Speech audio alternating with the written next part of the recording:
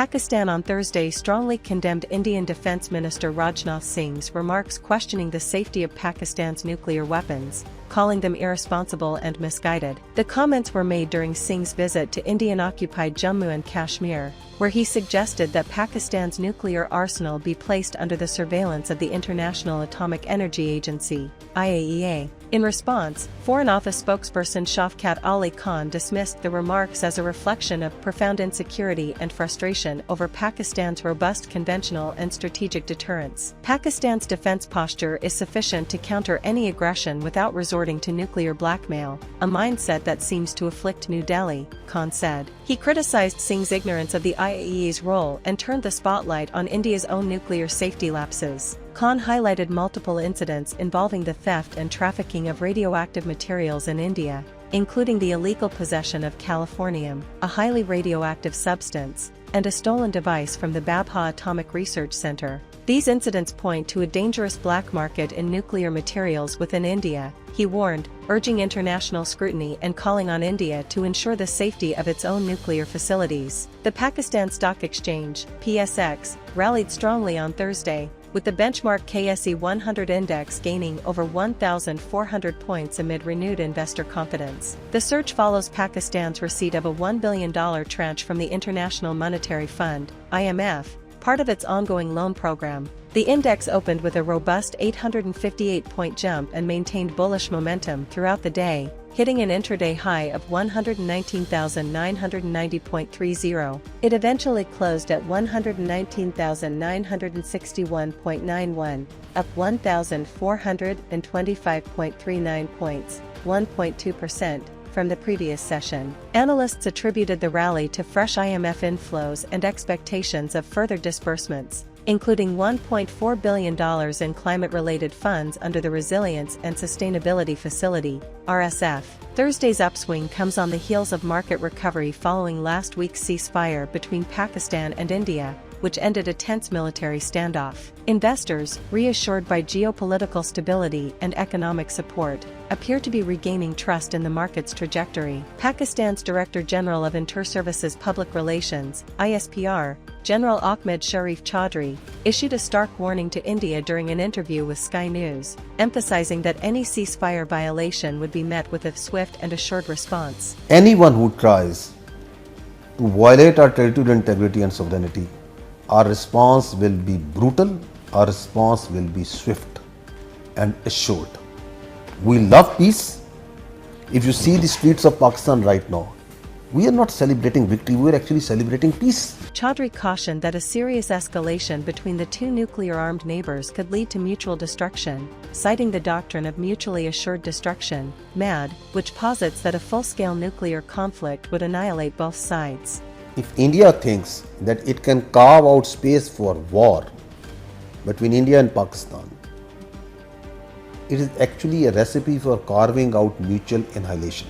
Chaudhry also criticized India's actions in Kashmir, accusing it of trying to internalize the issue and oppress the Kashmiri people. He reiterated that the Kashmir dispute should be resolved in line with the United Nations Security Council resolutions, warning that Pakistan would respond harshly to any violations of its sovereignty. During a Senate session on Thursday, PPP Senator Sherry Raymond congratulated both the military and political leadership for what she described as a decisive victory over India, emphasizing the establishment of a new red line in the form of strategic conventional deterrence. She praised the unity of the Pakistani nation, stating that citizens and institutions stood together on multiple fronts during the recent conflict with India. We now have a new red line of strategic conventional deterrence established. Point number one, India is grappling with.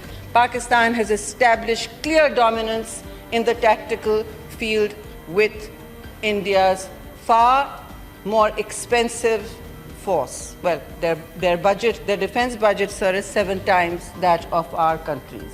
Law Minister Azam Nazir Terror echoed similar sentiments, lauding the performance of the armed forces in the successful execution of Operation Banyana Marsus. He highlighted the military's unwavering resolve, unparalleled professionalism, and steadfast dedication, noting that the operation was conducted with remarkable restraint and maturity, hallmarks of a responsible nuclear state.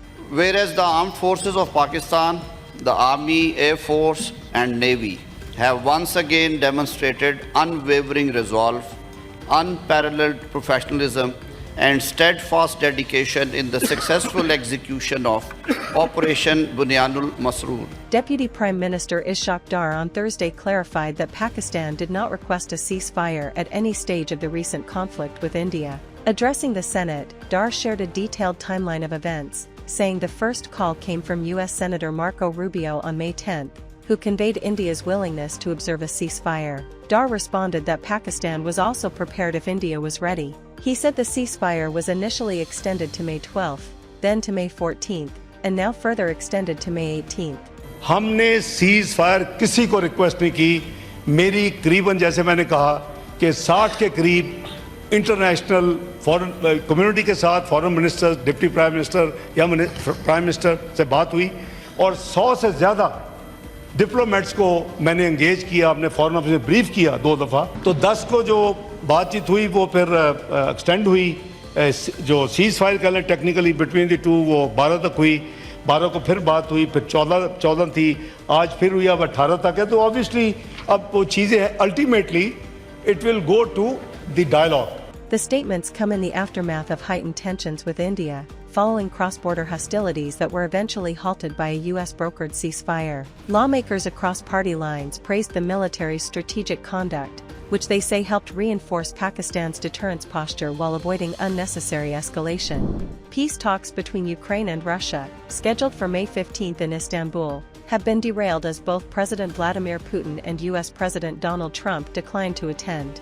Ukrainian President Volodymyr Zelenskiy, who had agreed to participate contingent on Putin's presence, criticized the Russian delegation as merely decorative and subsequently withdrew from the talks. The Russian delegation, led by presidential advisor Vladimir Medinsky and including senior defense and intelligence officials, was announced by Putin through an official decree.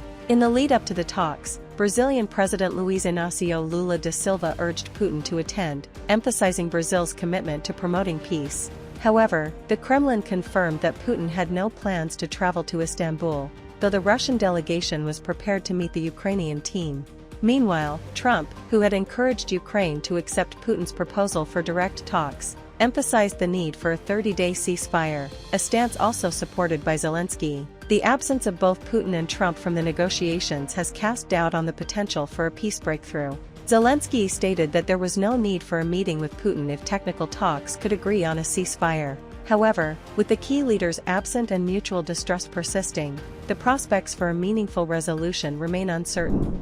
On Thursday, Israeli airstrikes in the Gaza Strip killed at least 60 people, including women and children, as the Israeli military intensified its campaign against Hamas. The strikes targeted homes and tents in Khan Yunis, southern Gaza. Among the victims was local journalist Hassan Samar, who worked for the Hamas-run Aqsa radio station and was killed with 11 family members. The violence comes amid ongoing ceasefire talks in Doha, mediated by U.S. envoys and Qatari and Egyptian officials. Despite these efforts, no breakthrough has been reached, with Hamas insisting on hostage exchanges in return for a ceasefire. Israel's campaign, launched in retaliation for Hamas's deadly attacks in 2023, has killed over 52,900 Palestinians and left Gaza on the brink of famine. Palestinian officials have warned that more than 500,000 people face starvation due to the blockade. In a significant shift, the United States has decided to lift sanctions on Syria, potentially opening the door to investment and economic recovery for the war-torn nation. Syrian leaders, including interim President Ahmed al-Sharaa, welcomed the move, which they see as a path to revitalizing the country's devastated economy. Business leaders, including Syrian billionaire Ghassan Aboud, are now planning to invest in Syria, capitalizing on the anticipated influx of capital from the Syrian diaspora and Gulf countries. Despite these positive signals, Syria remains fragile, with ongoing political instability, sectarian violence, and unresolved territorial issues complicating its recovery. Several global airlines have suspended flights to and from Tel Aviv following a missile attack by Yemen's Houthi rebels on May 4, which landed near Israel's Ben Gurion International Airport. Carriers such as Air France, Delta, and British Airways have cancelled or altered their flight schedules, further disrupting international travel to Israel. This follows a period of resumed flights after a ceasefire agreement with Hamas in January. The suspension reflects ongoing security concerns and the volatile situation in the region. The Middle East remains a region marked by instability and uncertainty, with escalating violence in Gaza, shifting economic dynamics in Syria, and ongoing travel disruptions in Israel. The international community's efforts to mediate peace and stability continue to face significant challenges amid these complex crises.